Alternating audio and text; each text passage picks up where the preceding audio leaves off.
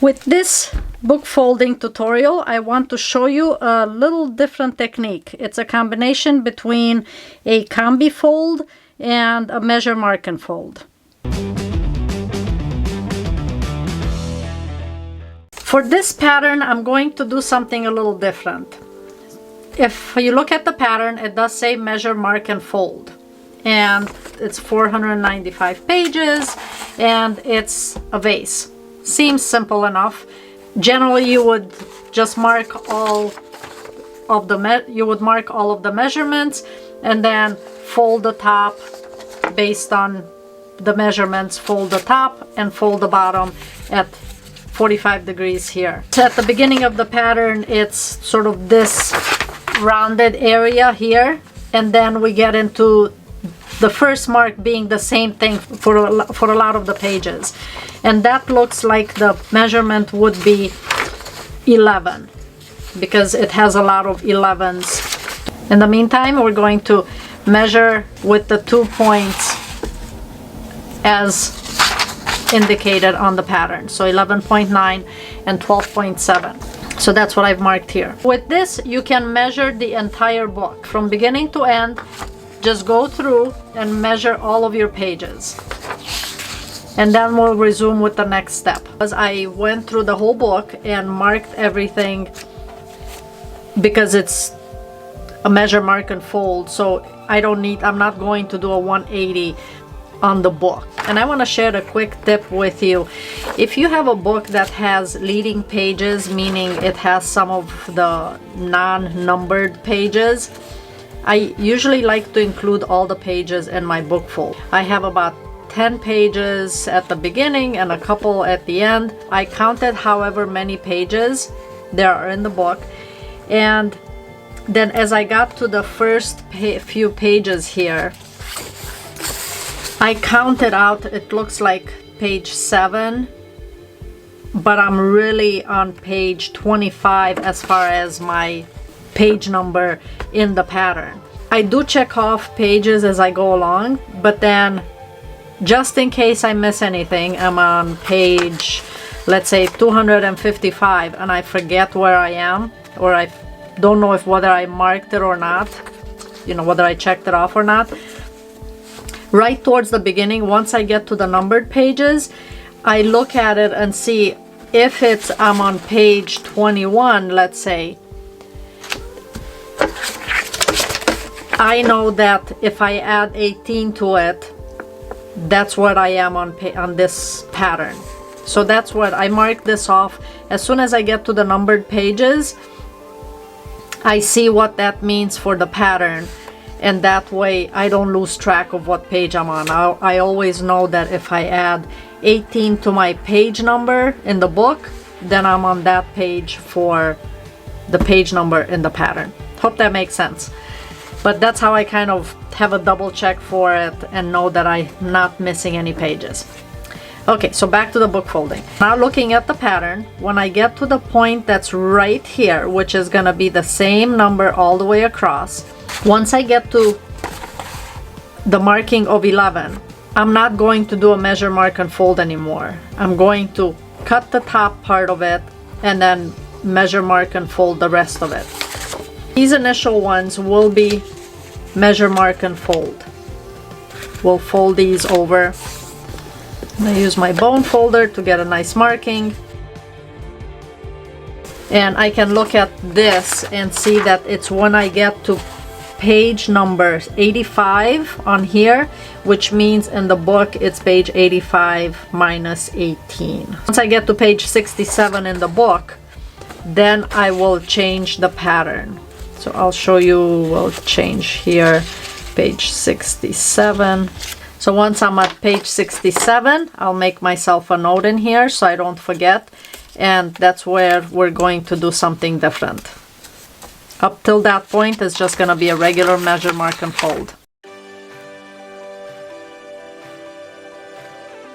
Up to here, I did the usual measure, mark, and fold with the 2 points and folding in, and I used the text as my guide to make sure that this is straight. Alright, so This is my first 11 one. At this point, I'm going to use my 180 marker to mark this at whatever depth I want. Now, it's a vase. I'm going to add flowers in the vase.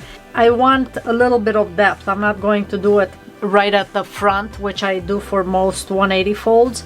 And this will be cut up to the point where the 11 is. I will go farther in, which is here. Now, you could use a ruler. The advantage to using this marker is that it has this 90-degree stop, so it doesn't allow it to go farther in. If you would use a ruler, you could end up kind of marking it like this, but this is always even. I'm not so concerned if the scoring will go farther than the 11. I mean, it's approximately like right here, like half the book. It's fine if I go a little farther, but I'm gonna score it right along this line. And this you can do several pages at a time. I'm gonna score a bunch here. I just did 3 of them. Now this one, which was going back one, I did start to cut it, and I will cut this up to the point where that score line is, which is right there, and then I fold it back. This is a slightly different fold than if you just have the measure mark and fold, or the content unfold, where you're alternating which tab you're folding in or out. So I will do that, and then again, this I already have scored there. I did 3 pages, and I can use, if you go a little past that, it's fine. You really won't notice it. You just don't want to go shorter than where the score line is. But if you go a little farther in, you still fold up to here, and you're not going to be able to notice that once we do the flowers on it. Whoops. And then this gets folded over here.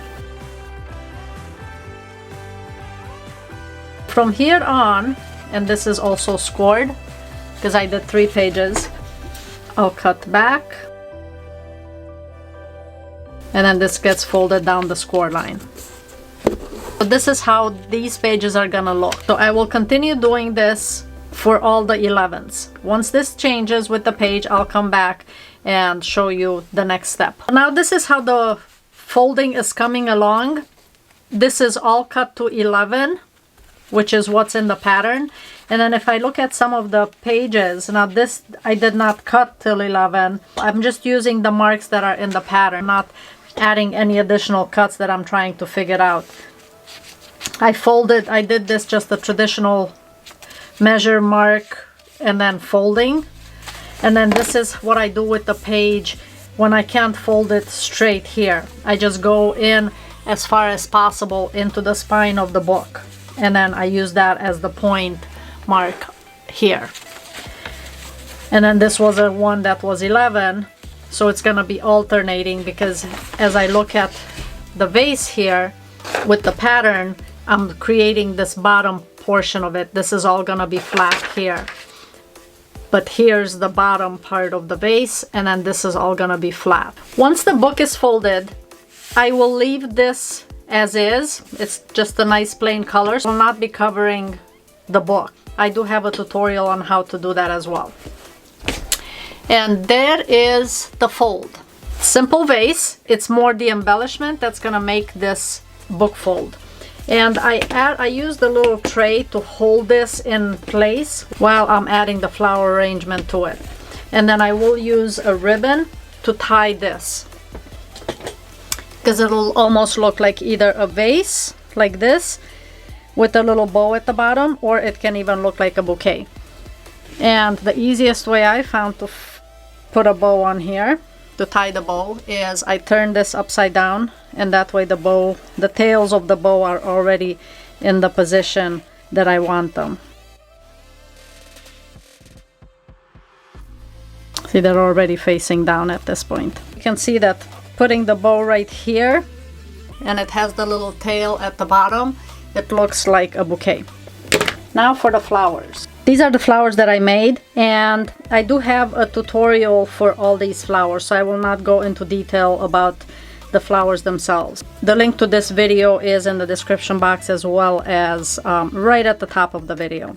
And some flowers I have just loose like this, and other flowers I have on a stem, a wire stem, so that I can give it some dimension and height. And for this I'll use some art glitter glue to glue some of these in. I'll start with the focal point, and I'll go with this as the tallest point right in the center. So I'm just gonna add some glue to this.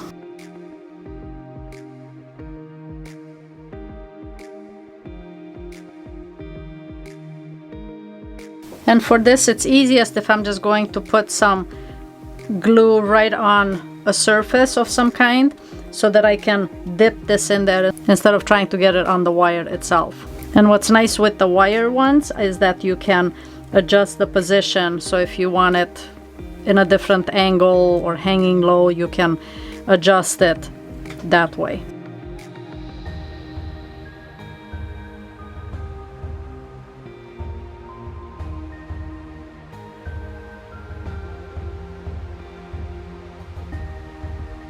In the end, I decided to add the ribbon just around the base of the book with the bow right in the back instead of in the front. I think the ribbon, the bow was distracting from the design of the book and the arrangement on the book. So I think this design with the vase really lends itself to doing some nice flower work design. And you can use kusudama flowers. You really could. I have a couple different videos on paper flower options. You can check those out as well. I hope this video was helpful in learning one new technique where you combine a combi fold by having this fold here at the bottom with a cut and fold design. So it's a half combi because the top is not folded the traditional way where you see the shape of the pattern. If you have any questions, please comment below. Thanks so much for watching, and I will see you in the next project.